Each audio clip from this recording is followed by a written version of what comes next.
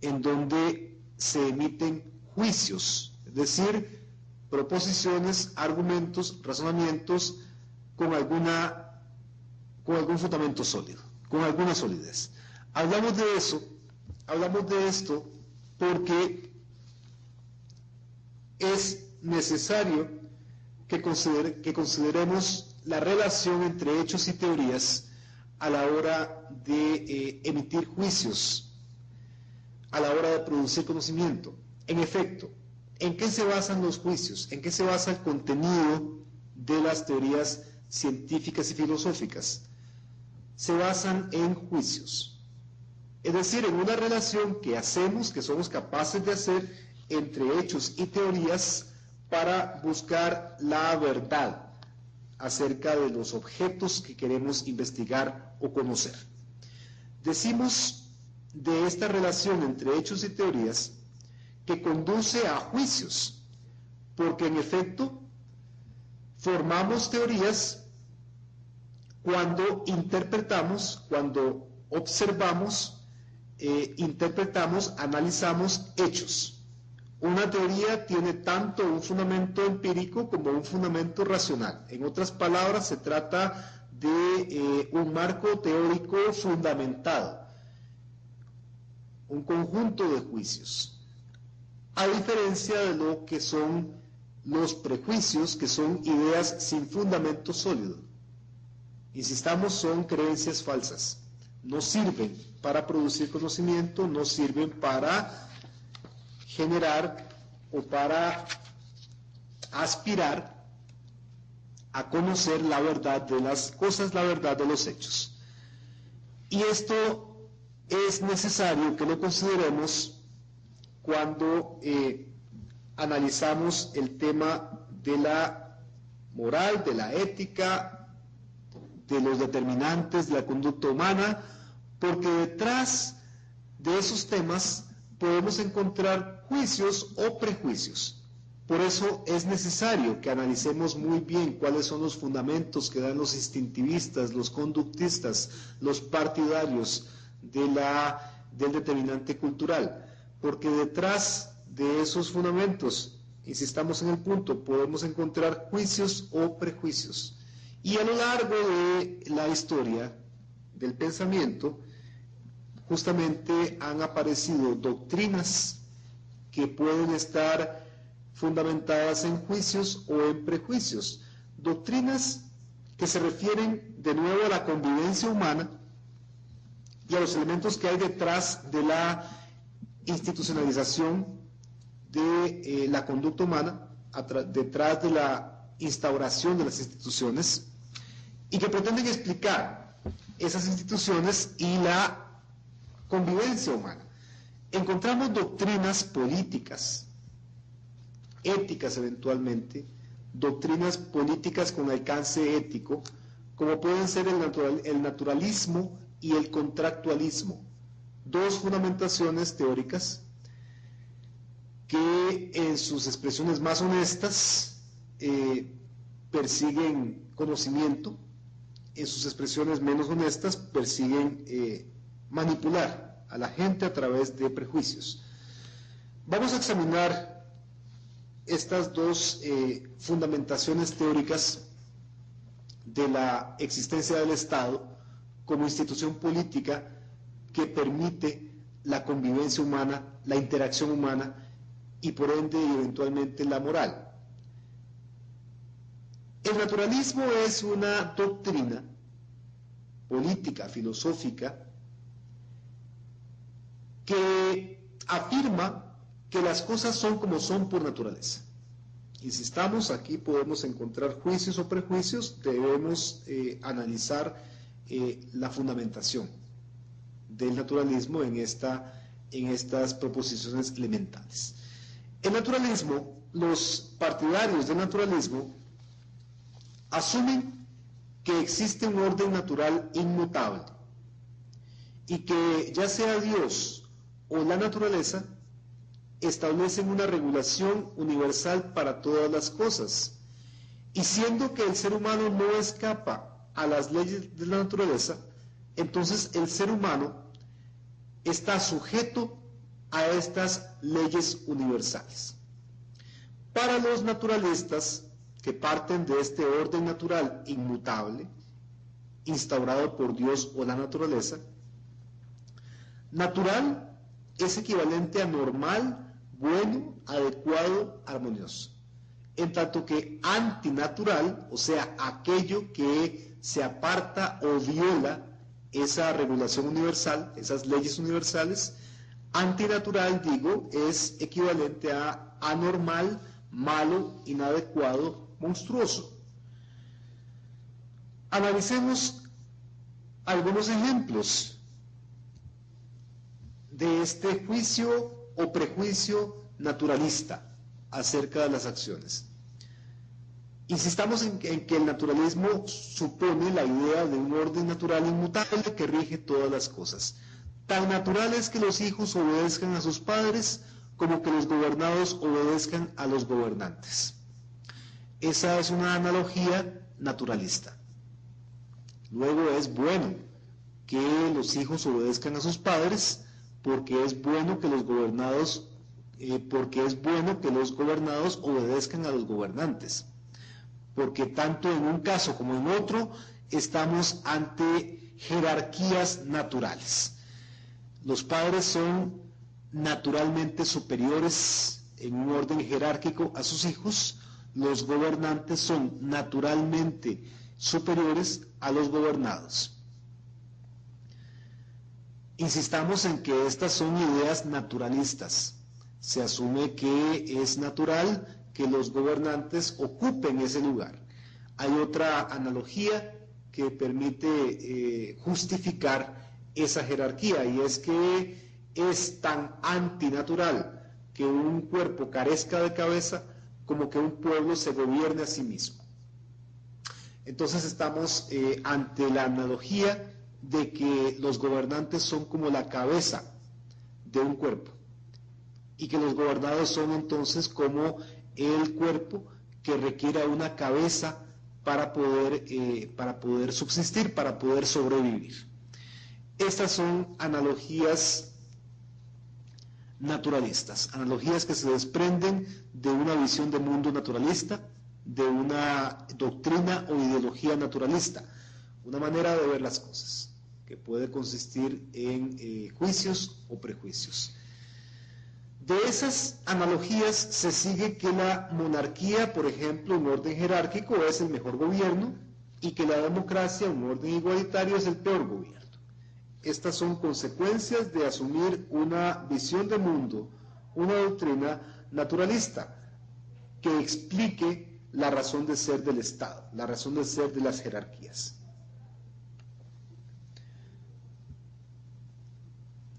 La doctrina opuesta al naturalismo es el contractualismo o convencionalismo.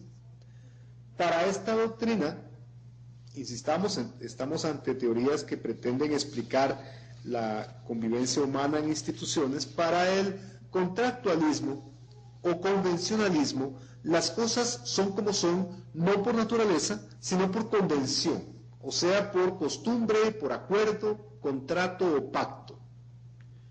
Por ende, no son inmutables, sino que están sujetas al cambio mediante revisión, mediante rectificación. Asimismo, el hombre acata las leyes que se han pactado y no necesariamente las que rigen universalmente. Desde un punto de vista convencionalista no hay leyes universales. El ser humano, por ende, no está sujeto a leyes universales, sino que está sujeto únicamente a las leyes con las cuales haya pactado, las leyes con las cuales haya estado de acuerdo. Luego, el convencionalismo parte de la existencia de un documento positivo, como puede ser una constitución, como puede ser un reglamento, como puede ser una legislación que estampe y deje por escrito el acuerdo, el pacto, el contrato o la convención a la cual ha llegado una comunidad. En definitiva, los seres humanos se dan su propia ley y no están sujetos más que a las leyes que ellos mismos han pactado. El presupuesto del contractualismo es entonces que la naturaleza condiciona, pero no determina por completo, sino que los seres humanos van más allá de la naturaleza, trascienden el orden natural y se dan su propio orden, y por ende el orden político es un orden antinatural, pero no por eso es malo, sino que responde a la manera de ser del ser humano, que es, insistamos, un ser cultural, tanto como natural, un ser cultural que trasciende su naturaleza. Así, por ejemplo, en un diccionario podemos encontrar esta definición de contractualismo: doctrina que explica el origen del Estado a partir del establecimiento de un contrato, pacto o acuerdo entre individuos por el cual se pone fin a un estado de naturaleza. En efecto, se considera que con el pacto social, con este acuerdo, los seres humanos abandonan la naturaleza y abandonan por ende las leyes naturales a las cuales estaban constreñidos hasta ese momento, hasta antes de acordar un estado distinto, un estado político. Partidarios del contractualismo en la historia del pensamiento encontramos filósofos como Thomas Hobbes, Baruch Spinoza, John Locke, Jean-Jacques Rousseau o Emmanuel Kant. Partidarios de la filosofía del contractualismo, por la cual son los seres humanos, es el orden cultural el que se da sus propias leyes e instaura en esta medida un orden de libertad. Se trata entonces, con el contractualismo, de la idea de un orden social e histórico que rige la conducta humana. Las acciones humanas no están regidas por instintos, porque los instintos rigen para animales o para seres biológicos que no tienen cultura, que no tienen valores.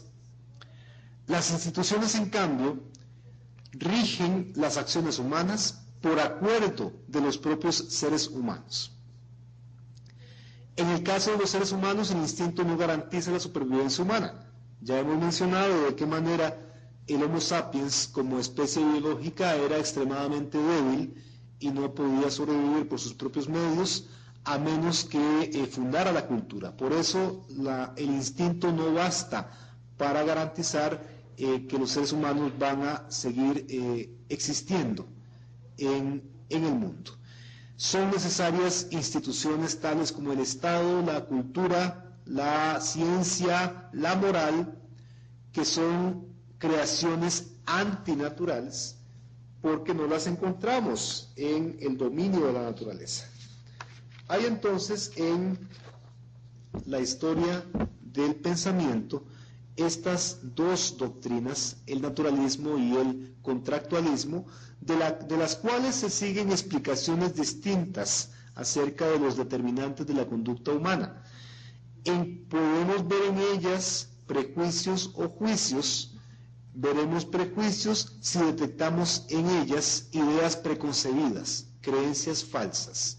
Podemos ver juicios, en cambio, si juzgamos que sus afirmaciones están basadas en fundamentos sólidos, empíricos y racionales. Partidarios del contractualismo han sido, decíamos, filósofos como Thomas Hobbes y como John Locke, que además son filósofos del Estado, y detrás de Hobbes y Locke está también la teoría de la democracia, la teoría de cómo organizar un Estado liberal, en el caso de Locke, o cómo organizar un Estado que garantice la supervivencia humana, que garantice la paz. Es el caso del filósofo Thomas Hobbes, quien escribió una obra llamada Leviatán. Hobbes era partidario de los instintos. Hobbes era partidario de la creencia de que los instintos gobernaban la conducta humana en el estado de naturaleza, y que en el estado de naturaleza, decía Hobbes, el ser humano el hombre era homo homini lupus, una expresión latina que significa el hombre es un lobo para el hombre. Lo que quería decir con esto Hobbes es que, como decía Konrad Lorenz, el ser humano es agresivo por naturaleza. La violencia es su estado natural. Y en la naturaleza, los seres humanos están en guerra, en una guerra de todos contra todos. Y únicamente pueden salir de ese estado de naturaleza y garantizar su supervivencia si acuerdan formar un orden político, llamado por Hobbes Leviatán. La palabra Leviatán la encontramos en la Biblia y hace referencia a un monstruo marino. La idea de asociar el Estado con un monstruo marino tiene que ver con el poder del Estado que supera más allá al de cualquier individuo aislado. Únicamente que el Estado en realidad es el producto de la unión voluntaria de todos los individuos que se asocian para pactar el origen del orden político o del Estado político o civil. A partir del momento en que los ciudadanos acuerdan fundar el Estado, entonces esta institución política concentra y monopoliza la violencia y el poder. A partir de ese momento, únicamente el Estado puede ejercer violencia y poder. Los ciudadanos, los individuos quedan inhibidos de hacer uso de la violencia y el poder. Solo el Estado puede hacer uso de la violencia y el poder. ¿Para qué? Para garantizar la seguridad y la paz. Entonces, Hobbes teoriza el origen del Estado político como medida para garantizar la paz, la estabilidad y la seguridad de los ciudadanos. Locke, por su parte, habla también de un estado de naturaleza donde los individuos experimentan inclinaciones naturales, o sea, pasiones, son egoístas por naturaleza y pueden dejar llevarse por ese egoísmo. Y un estado civil o un gobierno civil que es también el resultado de un pacto social, de un acuerdo de los ciudadanos para poner fin a ese estado de naturaleza donde no había garantía de que se respetaran derechos naturales. Para Locke, los seres humanos tienen derechos naturales, tienen el derecho a la libertad, a la igualdad y a la propiedad. Únicamente que en la naturaleza no pueden defender esos derechos. Para garantizar el cumplimiento de esos derechos necesitan instituciones, la primera de las cuales es el Estado. Es la razón de ser, la razón por la cual se funda la institución política. Ya hemos mencionado antes a Georg Wilhelm Friedrich Hegel, filósofo alemán, que nos hablaba de la realización del espíritu a través de la historia.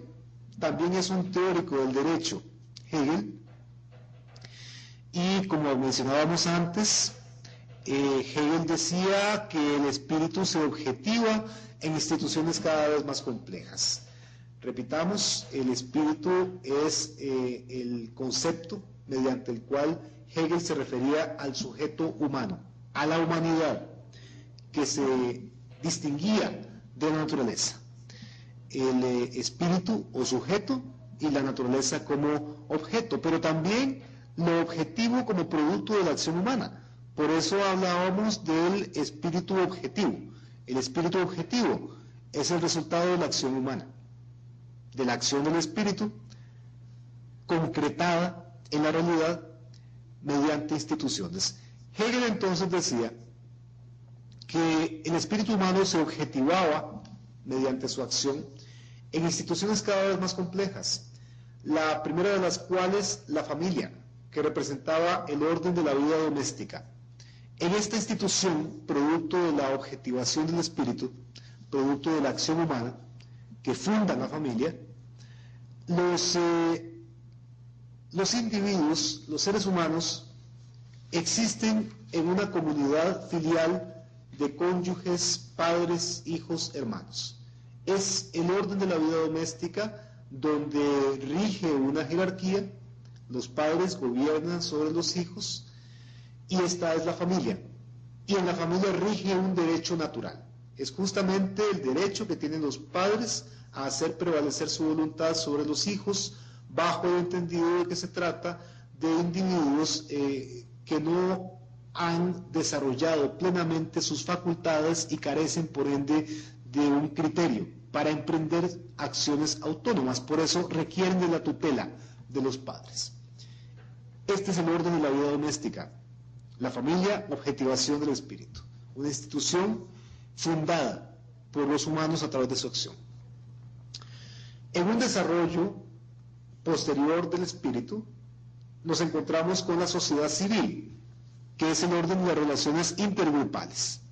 Encontramos ahí a una comunidad de productores, artistas, educadores, y en esa comunidad, aún ligada al derecho natural, rige no obstante ya el poder del Estado, que se expresa a través del derecho contractual. El Estado es en efecto la mayor objetivación del espíritu, la máxima institución política, el máximo poder, que es un poder jurídico-político, donde se da una comunidad de gobernantes y gobernados. Lo que encontramos entonces en este planteamiento de Hegel es una evolución de las relaciones sociales, una evolución, por ende, de los determinantes de la conducta: naturaleza, política, cultura, familia, sociedad civil. Más adelante, Karl Marx, un discípulo de Hegel, considerará que otra institución cultural es preeminente incluso al Estado. Se trata del trabajo. Para Marx, el trabajo es la institución humana, social, que determina las acciones humanas en el sentido en que determina la propia vida humana, pues sin trabajo los seres humanos no tendrían los elementos materiales, los insumos, los bienes que necesitan para conservar su existencia. Y el trabajo es un trabajo siempre inevitablemente social, es una actividad productiva que resulta esencial, básica, fundamental para la vida humana, porque, insistamos en el punto, sin trabajo, sin producción material, no es posible la vida humana. De manera que el trabajo y el contexto en que se da el trabajo humano, que es siempre una organización social, y los procesos productivos son los elementos que principalmente determinan la acción humana.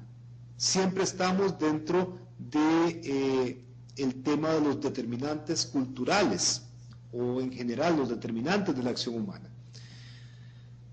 Es importante el planteamiento de Marx del trabajo como institución fundamental, esencial de la acción humana, porque lo que encontramos en este planteamiento es la idea de que el ser humano se hace a sí mismo a través de su acción, y su acción es una acción productiva, es trabajo. Por ende, si el ser humano se hace a sí mismo, si produce por sí mismo los bienes materiales que requiere para conservar su vida y mejorarla, entonces la consecuencia de esto es que el ser humano es libre. ¿Por qué? Porque por sí mismo produce y conserva su existencia. Este es un planteamiento materialista por parte de Marx. Marx era un filósofo materialista, y esto significa que consideraba que en primer lugar debían darse condiciones materiales para que la vida fuera posible, que toda expresión inmaterial de la vida humana, como por ejemplo el arte, la religión, no era posible sin condiciones materiales de existencia. Y la actividad que ponía esas condiciones era el trabajo, la actividad productiva que los seres humanos eran capaces de realizar y a través de la cual desarrollaban además sus propias posibilidades, sus propias potencialidades, sus propias capacidades. En el ejercicio de sus fuerzas, en los procesos productivos, los seres humanos llegaban a realizarse como seres humanos plenos. Entonces, este planteamiento de Marx en torno al trabajo como la principal institución que determina y realiza al ser humano en sociedad. A continuación vamos a hacer algunos planteamientos acerca del fenómeno humano y la manera como ha sido concebido a través también de la sociología, de la filosofía. Vamos a referirnos al papel que desempeña la convergencia de saberes en la posibilidad de llegar a entender el fenómeno humano. Es importante hacer uso de las ciencias sociales, de la filosofía, de las ciencias de la naturaleza, para entender al ser humano y la acción humana y los determinantes de la conducta. Así, por ejemplo, un solo tipo de conocimiento, la filosofía, por decir algo, no da cuenta del fenómeno humano en su complejidad. El ser humano es un fenómeno complejo, naturaleza y cultura, como venimos diciendo desde el comienzo. Así, vemos que en la sociología hay ya una diversidad en la manera de entender al ser humano. La sociología pone al ser humano en su perspectiva social e indaga y analiza a través de la ciencia, el arte, la teología, lo que el ser humano, cómo el ser humano ha venido desarrollándose. Cuando hablamos de sociología, hablamos de ciencia social, hablamos de una manera de hacer de la sociedad el objeto de interés científico, el objeto de interés para la producción de conocimiento. La sociología justamente intenta producir conocimiento de la sociedad. Cuando hablamos de sociología, hablamos de Auguste Comte, quien fue el fundador de esta disciplina. Antes de Comte, se desarrollaron hasta alcanzar madurez las ciencias naturales, particularmente la física, gracias al trabajo de Isaac Newton. De ahí que Comte, fundador de la sociología, se representó la sociología como una física social, asumiendo como modelo para el desarrollo de la sociología a la física, bajo el supuesto de que la física era la ciencia más madura y más consolidada en su momento, y que por ende la sociología debía seguir ese modelo. Hay problemas en este planteamiento, y es que la física trata de objetos materiales, mientras que el ser humano es un objeto o un sujeto fundamentalmente espiritual, anímico, dinámico, pero principalmente autónomo. No obstante, y de esto se va a encargar la sociología dialéctica, se va a encargar de explicitar esos alcances, pero decíamos que para Comte, históricamente, la sociología debía ser considerada como una física social y dar cuenta de manera lógica y experimental de la acción humana. Los actos humanos debían estudiarse conforme con el modelo de la física, de la matemática, porque eso iba a garantizar su rigurosidad. Porque de acuerdo con Comte, el conocimiento humano había experimentado también una evolución en 3 etapas, desde una etapa mítica o religiosa, pasando por una etapa metafísica, hasta finalmente llegar a una etapa positiva. De ahí que la sociología de Comte haya venido a llamarse el positivismo o la sociología positivista. Y la sociología positivista, en efecto, consiste en basar cualquier afirmación sobre los seres humanos, sobre las relaciones humanas, sobre las instituciones, Basar cualquier afirmación en datos empíricos comprobables, porque ese es el procedimiento de la física. Y la física es el modelo de la sociología comtiana o positivista. Positivo es, en efecto, lo que tiene un fundamento empírico. Y el conocimiento humano, el espíritu humano, evoluciona según Comte, decíamos, desde una etapa mítica hasta una etapa positiva. En una etapa mítica, el espíritu humano, el conocimiento humano, la cultura humana, explica todas las cosas a través del argumento de los dioses o las fuerzas sobrenaturales. Esa es la explicación, el modelo explicativo al que recurren las sociedades humanas en su etapa mítica o primitiva. Recurren a los dioses o fuerzas superiores como causales o causas de los fenómenos que observan. Esta etapa mítica, llamada así porque es una etapa en la cual el pensamiento humano está basado en mitos, en un pensamiento supersticioso y fundamentalmente ignorante, es reemplazada, según Comte, por una etapa metafísica, en la cual el modelo explicativo para los fenómenos ya no son los mitos, sino las abstracciones intelectuales o mentales. Y entonces se inventan principios abstractos que llegan a considerarse esencias inmutables, que en definitiva son intangibles, son invisibles, pero que sirven para explicar la existencia de las cosas concretas. Esta es la etapa metafísica del pensamiento o del conocimiento humano o del espíritu humano. Hasta que finalmente los seres humanos alcanzan una etapa positiva, que es cuando la explicación de todas las cosas sigue los pasos del método científico. En otras palabras, pasa por la observación, la experimentación, el razonamiento, la proposición de leyes generales, es decir, el procedimiento típico de las teorías físicas. Es la etapa del espíritu positivo, es la etapa de la sociología positivista. La palabra positivo significa puesto. Es el positum en latín, que tiene que ver con lo que está puesto, con lo que está dado, con lo que es observable, tangible, en contraposición con lo que es meramente especulativo, metafísico o mítico.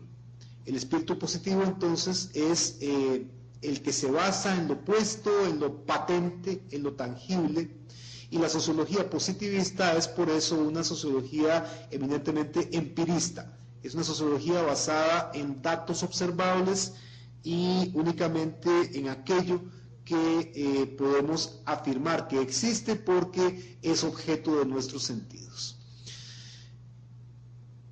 En la formulación de su sociología positivista, Comte, debemos decirlo, tenía una pretensión conservadora.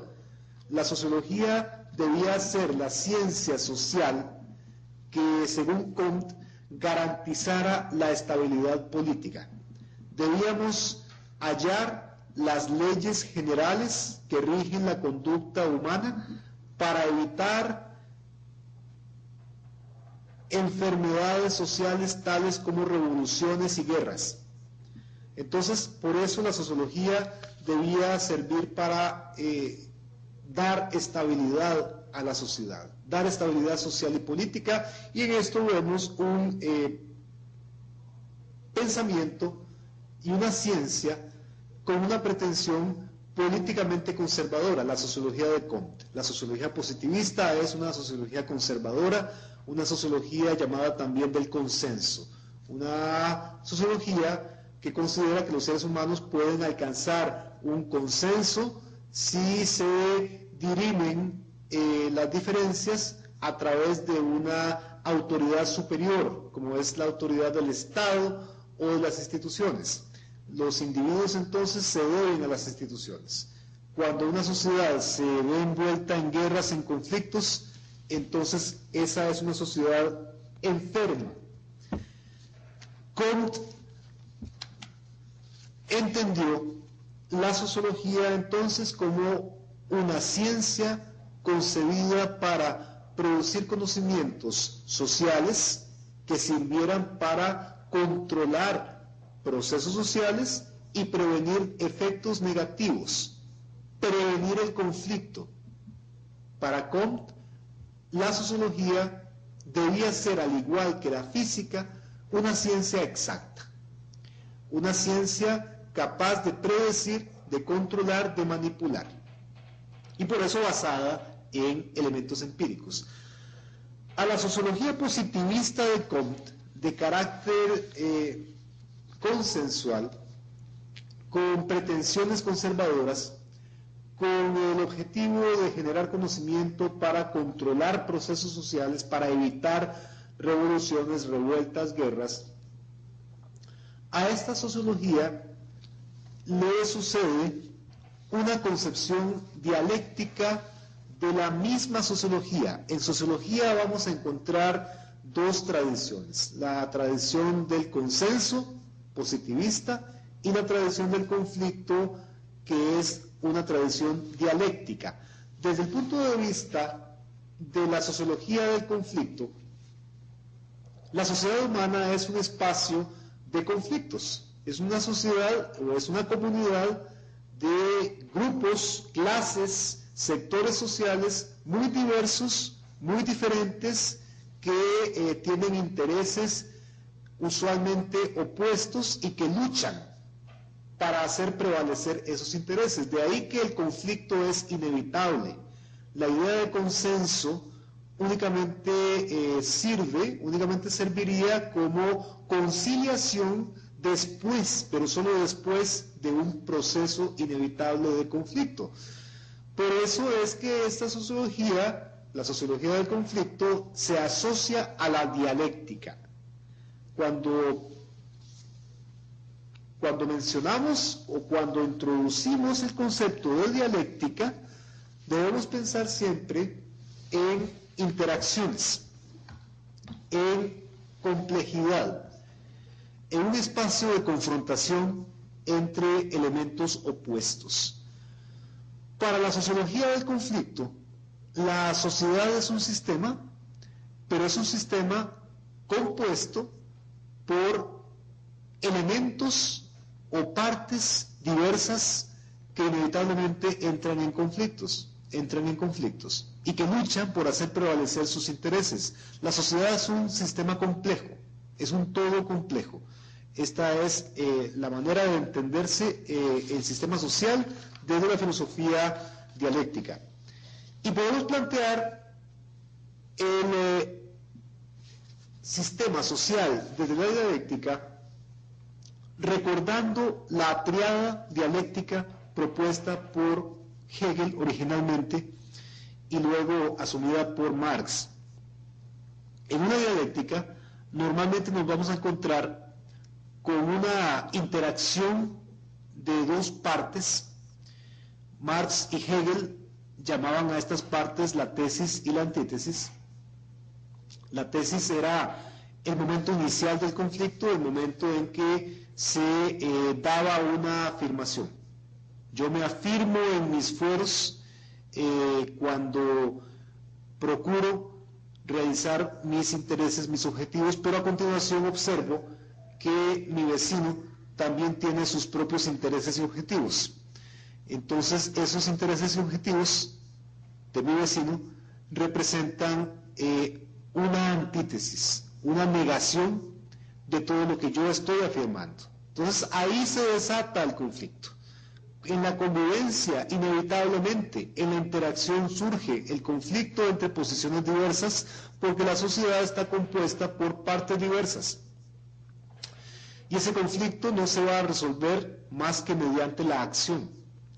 Y en esa acción, lo que vemos es una interacción de las dos partes, y esa interacción es una oposición. Efectivamente, la palabra oposición es lo que designa la interacción entre una posición inicial y una posición contraria, que es lo que vemos todos los días del mundo, porque la gente se pelea todos los días del mundo. Luego el conflicto es una realidad empírica.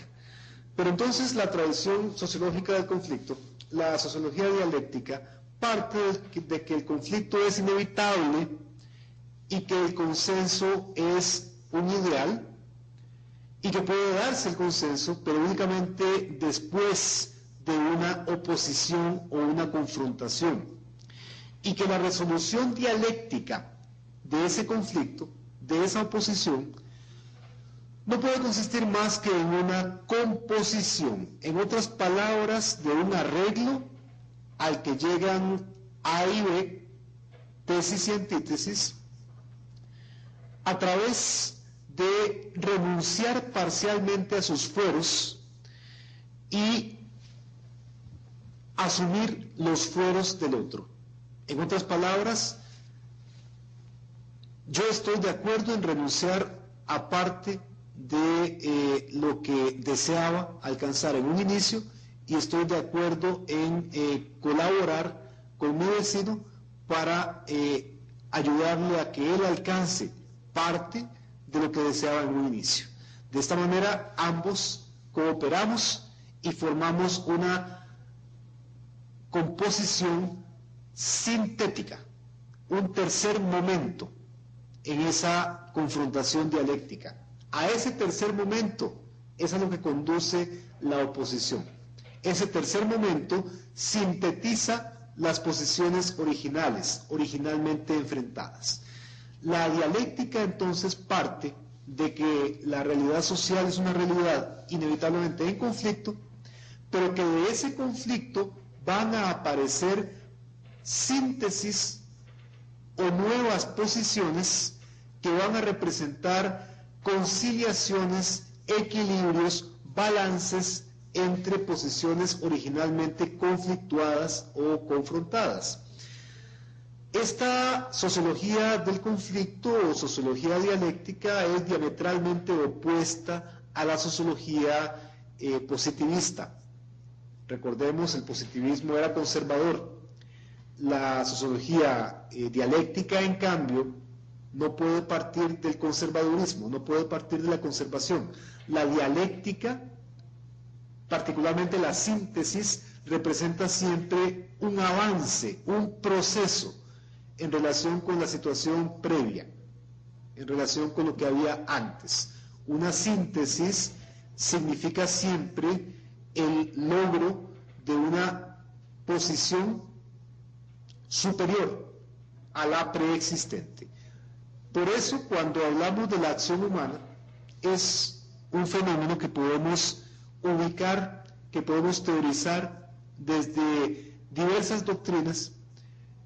Tenemos que analizar muy bien cuáles son los fundamentos de esas doctrinas, qué hay detrás de esas doctrinas, cuáles son sus supuestos, y examinar si son, en definitiva, juicios o prejuicios.